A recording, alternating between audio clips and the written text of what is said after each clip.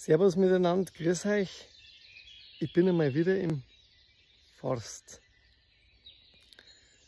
Und ich habe mir gedacht, da passt ein Gedicht, das ich aus meinem Buch Warme Worte in kalten Zeiten, da seht ihr es, vorlesen könnt.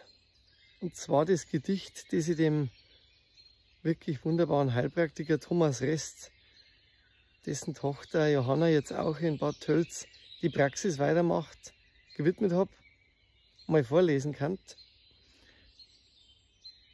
Es ist der Text übers Heilen zurück.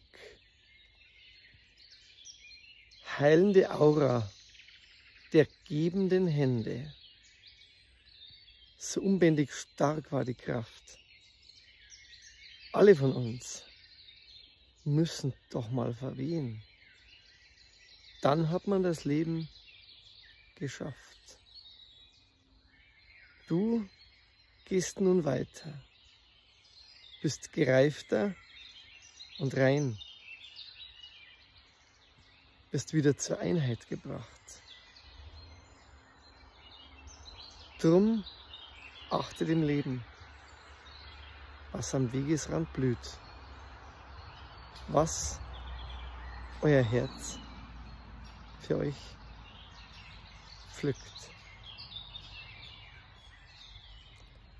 Ja, das Buch Warme Worte in kalten Zeiten, 2019 erschienen, ist mir immer noch sehr wichtig, mit sinnige, nachdenkliche Geschichten, Gedichte und Texte zum Entspannen, zum Nachdenken über die wahren Werte, über die Wärme der Herzen und wie wichtig das ist.